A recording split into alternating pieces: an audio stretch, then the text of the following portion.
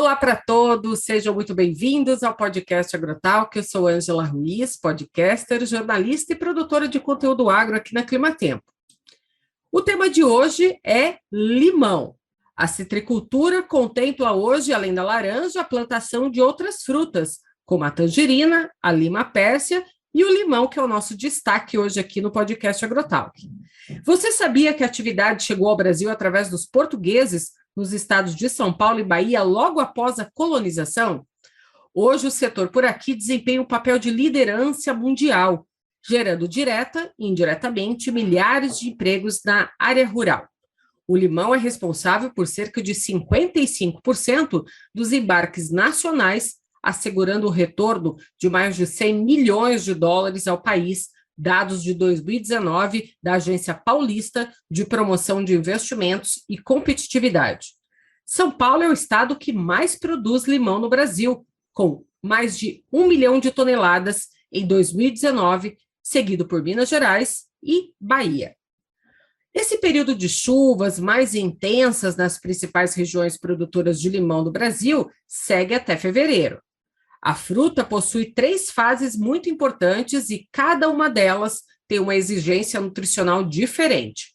Nós vamos conhecer hoje quais são elas e o que é preciso fazer para garantir uma excelente fruta o ano todo. O convidado do podcast Agrotalk de hoje é o engenheiro agrônomo e coordenador de marketing Bruno Francischelli, da DVA Agro, que desenvolve soluções agrícolas de alta qualidade para agricultores no Brasil e também no mundo. Como eu disse, o Bruno é engenheiro agrônomo, tem MBA com experiência em nutrição e fisiologia de plantas, atuou como responsável de marketing e desenvolvimento de produtos em empresas como Syngenta, Dupont, Trade Corp e atualmente está na DVA Brasil Agro. Bruno, seja bem-vindo aqui ao podcast Agrotalk. Ângela, muito obrigado. É um prazer estar conversando com você, com todos os ouvintes aí do seu podcast. É um prazer enorme e espero que a gente consiga desenvolver bem os temas aí e levar bastante informação para o pessoal do campo e da cidade também. Ô Bruno, para a gente começar esse bate-papo aqui, eu até comentei, né, que você tem bastante experiência, passou por várias empresas, né, do agronegócio. Conta um pouquinho para a gente como que você iniciou a sua carreira dentro do agronegócio, como que o bichinho do agro te picou? Olha, Ângela, o bichinho do agro ele é bem persistente em mim, né, porque meu pai é engenheiro agrônomo, formado na mesma universidade onde eu me formei depois. Então, eu tive sempre o contato, né, com a área. A minha esposa é agrônoma, meu sogro é produtor rural, meu cunhado é agrônomo, tem os tios que são agrônomos, então a gente tem uma ligação muito forte com o agro, né?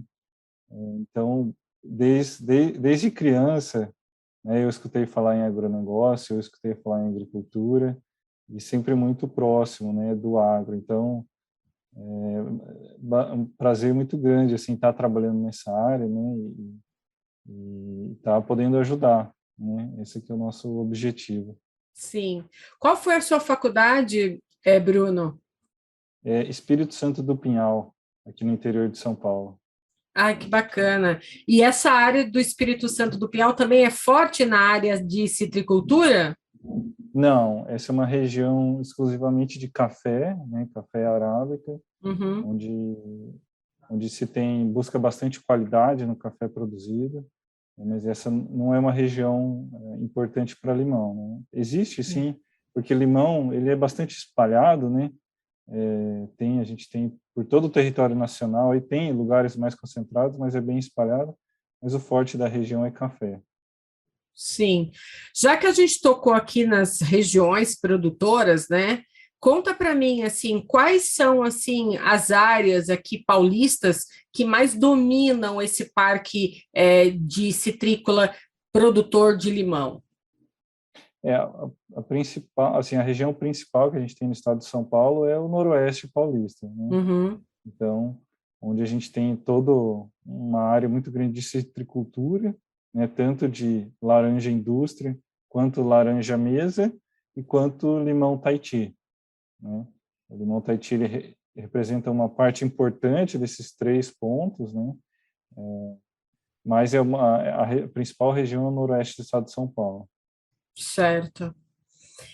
E o início agora, né, essa época que a gente está agora, que é época de chuvas, né, no verão, eu sei que tem que ter muito cuidado com a cultura do limão hoje, né, porque dezembro, né, entre dezembro e fevereiro são os meses aí de maior precipitação, é aquele período ideal para suplementar, né, as áreas produtoras com macronutrientes. Quais são os compostos hoje nutricionais que podem ser utilizados nessa época de chuvas para o limão? Olha, assim, quando a gente pensa em macronutrientes, né, um ponto de bastante atenção seria o nitrogênio e o potássio, né? São dois nutrientes que são altamente lixiviados, então, principalmente o potássio, porque essa é uma época também de enchimento, né? Mesmo que exista, depois a gente pode falar um pouquinho mais sobre a indução floral, que é uma outra técnica, mas é um período que tem bastante enchimento, então o potássio ele é bem importante, né? Todos os micronutrientes são importantes, e é importante que a chuva, né? Normalmente a gente olha muito a questão das doenças, né? O agricultor, o engenheiro agrônomo, ele olha muito as doenças. Por quê? Porque é importante, mas a nutrição, ela não pode ser deixada de lado. E é importante também salientar que a nutrição, ela também é importante para a planta se defender das doenças. Eu vou dar um exemplo aqui do cobre, né, que é um micronutriente que a planta utiliza, né, para se proteger das doenças. Então, a planta estar bem nutrida, ela também é uma planta mais resistente, ela é uma planta mais forte, né, ela é uma planta que consegue se defender, e na aplicação do fungicida, né, que é muito, se utiliza muito, existe um benefício bastante grande. É você ter uma planta bem nutrida, com um bom fungicida, né, isso vai resultar num bom controle de doenças, e no final, mais produtividade, mais qualidade de fruto. Ô Bruno, você tocou nessa palavra fungicida e tem muita gente que ouve o podcast Agrotalk, que está na cidade, é do meio urbano e que se assusta um pouco, né, quando a gente fala em fungicida, defensivo agrícola. O que isso representa, né, para quem hoje consome o limão, né, que compra nos varejões, nas feiras livres, ele pode ficar tranquilo com relação a isso, na verdade? Queria que você contasse um pouquinho para a gente, para ajudar a gente a desmistificar também esse conceito.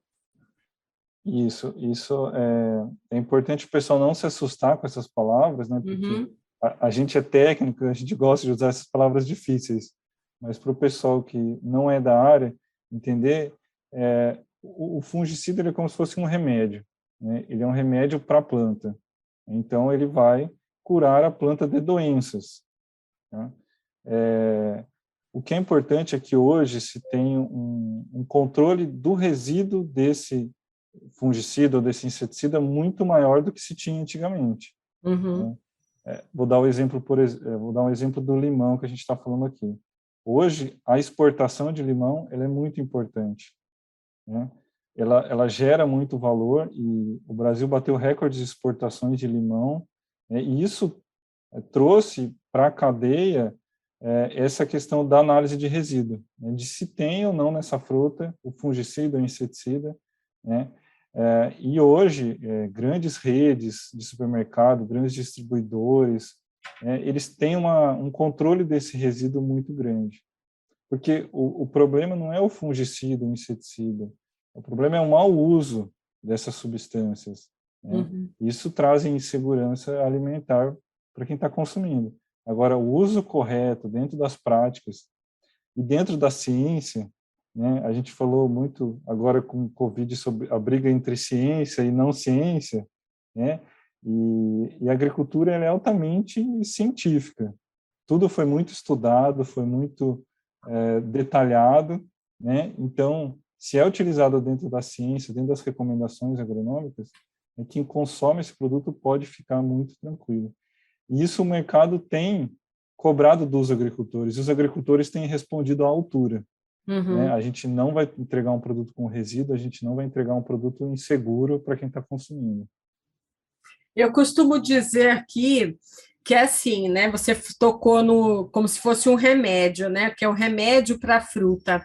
É igual o ser humano, ele precisa de um antibiótico para se curar de uma doença. Então, ele vai receber ali o remédio do médico na dosagem adequada que ele vai tomar. E a fruta, né, as plantas, é a mesma coisa. Ela recebe aquele remédio numa dosagem exata. Vocês, engenheiros agrônomos, estão no campo acompanhando o produtor rural, auxiliando nessas práticas agrícolas, justamente também para controlar, ajudar a controlar essa dosagem, explicar como que faz a aplicação. E tem um protocolo também muito exigente que quando esses remédios, né, esses produtos chegam ao campo, para as plantas, para os citros, eles também passam por uma certificação muito exigida através do Ministério da Agricultura, né? A gente não pode esquecer de mencionar isso. Eles só são aprovados após várias análises e várias certificações, não é verdade, Bruno? É isso mesmo. E além do Ministério da Agricultura, a gente pode também falar da Anvisa e do IBAMA. São 3 órgãos, né, altamente competentes, altamente científicos e com pessoas muito competentes lá dentro desses órgãos. Tem uma coisa que a gente, né, gosta no Brasil, são desses órgãos competentes que ajudam a gente. Então, são 3 órgãos que fazem toda essa validação científica que eu comentei. É claro que a gente tem também a Embrapa, as universidades, todo um setor envolvido, auxiliando para que a gente faça uma coisa segura no campo. Sim. Vamos falar, então, dessas fases, né, que são importantes para o limão, porque eu sei que cada uma delas tem uma exigência nutricional diferente. Você falou da indução floral, e também tem a questão do pegamento do fruto, do enchimento, né, desse fruto. Vamos começar pela indução floral. Que fase da indução floral que exige, né, esses compostos nutricionais? É importante a gente falar que o limão, né, os cítricos, eles podem ter várias épocas de florescimento, né? Mas as épocas que vêm do pós-seca, que são as mais concentradas, elas geram muita fruta no primeiro semestre. No primeiro semestre tem muita fruta no campo, o preço cai, né, e a rentabilidade do produtor cai. Então, a indução floral ela é feita para que o produtor consiga sair dessa janela e entregar a fruta no segundo semestre, né? A indução floral, ela é feita através de hormônios, né, e causa um estresse grande na planta, porque o florescimento, naturalmente, ele já vem no período de estresse. Então, o que a gente faz? A gente, entre aspas, estressa a planta para que ela emita novas flores e a gente colha um fruto numa janela do segundo semestre. Esse período é importante por quê? Porque se eu estresso a planta, né, o estresse a gente precisa, mas não é uma coisa boa, né? Eu preciso que essa planta recupere desse estresse e que essa flor ela tenha o pegamento, né, que depois a gente vai falar do pegamento floral, mas que ela saia rapidamente desse estresse, que ela consiga jogar as reservas dela para a flor e fazer a substância que ela precisa para manter essa flor. Então, são vários nutrientes, né? Mas, por exemplo, o boro, o cobre, que eu já falei, o manganês, né? Que são nutrientes que a planta utiliza nesse período de indução. E também, o que é importante, né, eu gosto sempre de falar, é que nutrição e fisiologia de plantas, elas não estão separadas dentro da planta, né? A planta, ela entende nutrição e fisiologia juntos. Então, o que é importante, além desses nutrientes, aportar substâncias promotoras de fisiologia. Então, substâncias anti-estresse, né, como aminoácidos, extratos de algas, glicina betaína, são substâncias que ajudam a planta a sair desse estresse, né? Depois a gente tem o período do florescimento, né?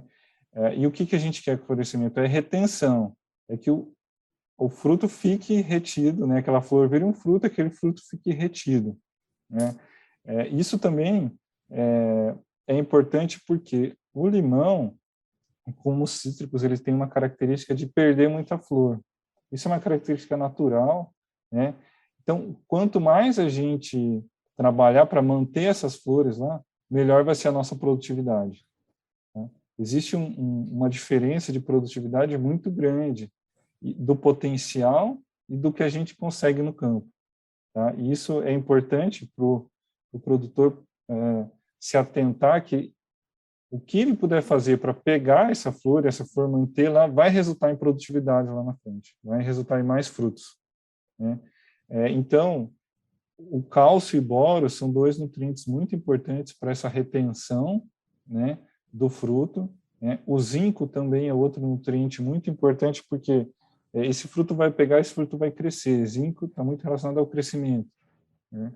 E, de novo, né, substâncias que ajudem esses nutrientes a translocar, porque, por exemplo, o cálcio e o boro, eles não se locomovem dentro da planta. Então, como eu posso ajudar a eles se locomoverem e o cálcio chegar na flor? Né? Eu não quero cálcio na folha, eu quero cálcio na flor. Então, como que eu vou fazer essa translocação? Né? E o período de enchimento é o período que a gente tem o fruto crescendo, né? O fruto amadurecendo, né?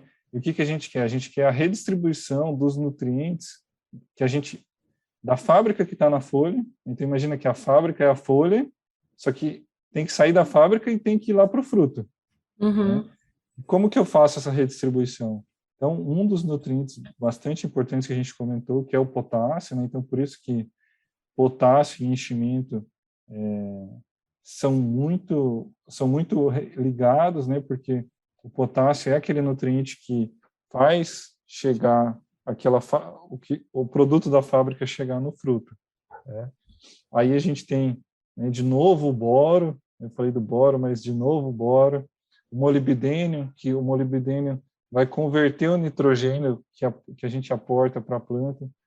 Então, são pequenos ajustes que o produtor pode fazer, nutricional e fisiologicamente, que vão aportar muito para ele. Aportar tanto no sentido de ter um fruto numa época diferenciada, aportar tanto no sentido de ter mais flores retidas e ter uma maior produtividade, e também ter um fruto de um maior calibre, né, de uma melhor qualidade. Então, são pequenas coisas que o produtor pode fazer no dia a dia para melhorar e entregar um resultado melhor. O Bruno, e já que a gente está falando aqui dessas fases, eu vou tocar na questão do clima, porque já que aqui a gente estava falando desde o início que o período das chuvas, né, mais intensas nas principais regiões produtoras é o momento aí para realizar essa suplementação via solo. E aí a gente chega nessa questão. Por que que esse período é tão importante? Porque quando a gente pensa em chuva intensa, a gente pensa assim, nossa, vai chover e essa chuva vai lavar aqui toda a aplicação que eu já fiz. Por que que, então, é tão importante, nesse período, fazer a suplementação via solo? Porque a água, quando ela está retida ali, a água da chuva no solo, ela leva esses macronutrientes para áreas assim, mais abaixo da camada superficial do solo? Isso, a gente chama isso de lixiviação, né? Então, levar esses nutrientes e a planta não conseguir absorver os nutrientes. Quando a gente faz adubação, a gente não quer nutrir o solo, nutrir o lençol freático, a gente quer nutrir a planta. Né? Então, esse é um ponto importante. Mas, além desse ponto, existem outros fatores importantes. Então, por exemplo, assim, o excesso de água no solo prejudica as raízes. Né? As raízes, vamos dizer, elas se afogam, como se fosse isso, porque o solo ele precisa de um balanço de oxigênio e água, né? E se eu não tenho raiz, eu não tenho absorção de nutrientes. Então, se eu não tenho absorção de nutrientes, é mais nutriente que eu estou perdendo. Então, estimular o enraizamento, né, após a retomada desse período é muito importante. Então, eu tenho meu solo alagado, né? Bom, está alagado, eu não tenho o que fazer. Mas a partir do momento que tiver uma drenagem dessa água, eu tenho que entrar muito rápido, recuperando toda essa raiz que eu perdi com o solo alagado. Né? Outro ponto importante, né? A gente falou da fábrica da planta. A fábrica da planta é a fotossíntese. E para a fotossíntese ocorrer, eu preciso entrar CO2 dentro da folha, eu preciso sair água. Se eu tenho um tempo fechado e uma alta umidade relativa do ar, essa fábrica para porque não sai CO2, não entra CO2 e não sai água. Se a fábrica da planta para, que é a fotossíntese, todos os outros compostos da planta param. Então, produção de açúcar, produção de aminoácido. Então, o excesso de chuvas, né, o período chuvoso, tanto pelo lado da umidade, da alta umidade relativa do ar, quanto pelo lado do tempo estar fechado, né, e eu não estar produzindo fotossíntese, isso também é bastante prejudicial para a planta, né? E sem falar também da questão das doenças, né? Que as doenças com alta umidade relativa do ar, com mais umidade também se favorecem e a gente tem que ficar muito atento também. Sim. E a umidade relativa do ar, ela também tem que estar em condições assim boas para a cultura do limão? Sim, por mais que o limão é uma fruta tropical, né, ela tem uma faixa ideal de umidade do ar e de temperatura para ela fazer fotossíntese, né? Então, um exemplo claro do que a gente está vendo, temperaturas altíssimas durante o dia, né? Cada ano parece que as temperaturas vão subindo, né, e vai ficando mais quente. Então, tanto a umidade quanto a temperatura, né, elas prejudicam a planta na fotossíntese.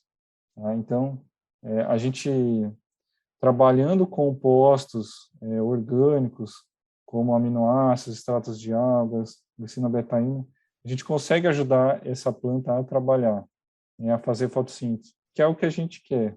Né? No final do dia, a gente quer essa planta trabalhando, mesmo poucas horas a mais durante o dia, porque essas substâncias também não fazem milagres, né? Se eu tiver excessos de temperaturas altíssimas, eu não consigo.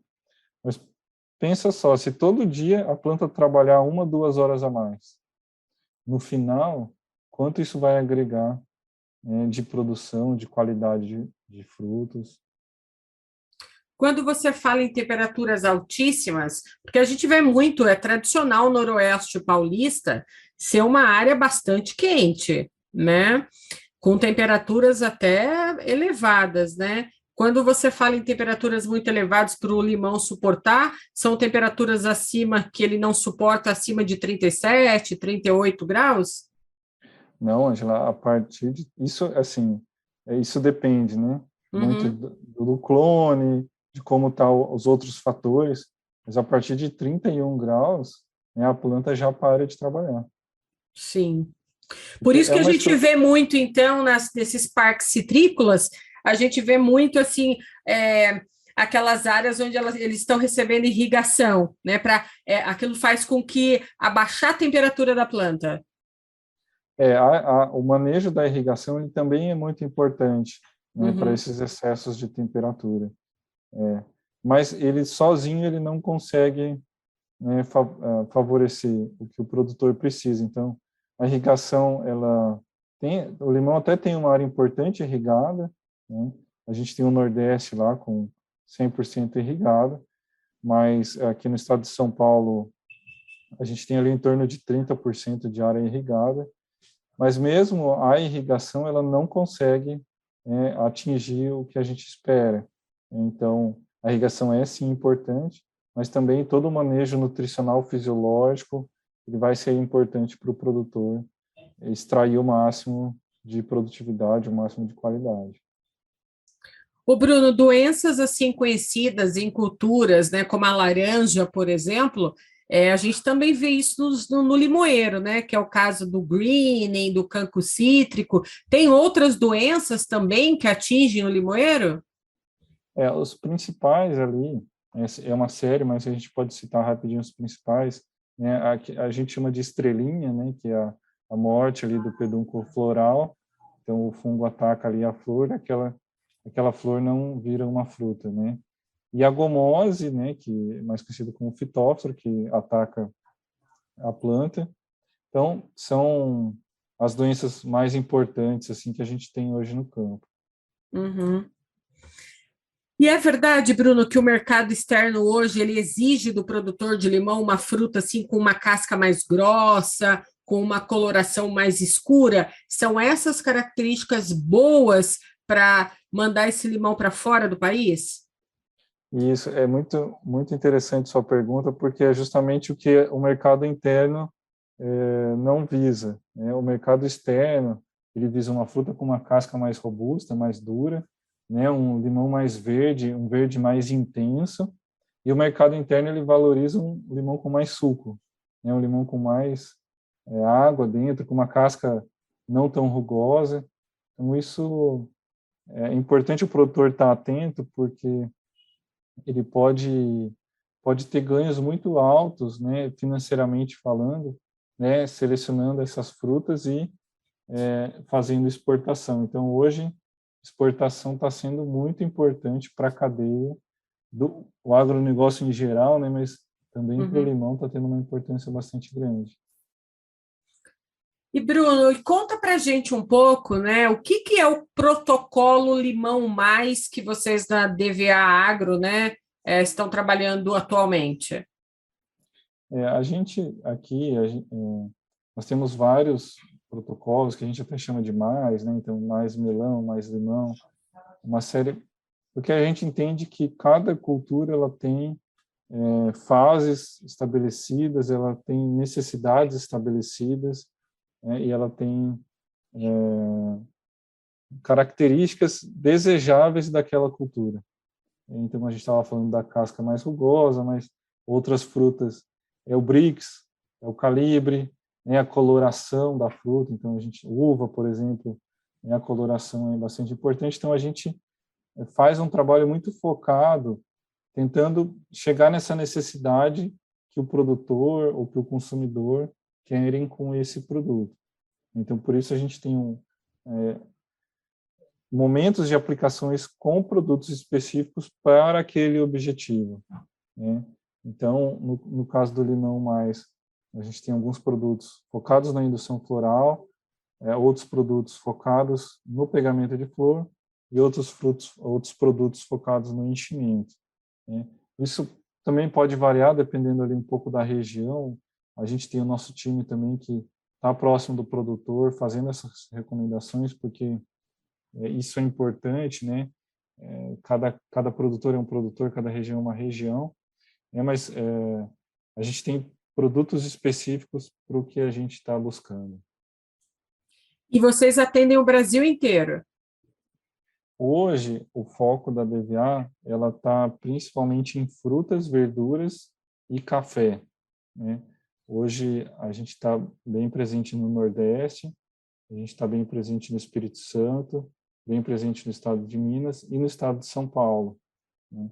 O Sul, a gente ainda é o nosso próximo passo, né, que é o ano que vem, mas o nosso foco hoje é em frutas, verduras e café. Bacana.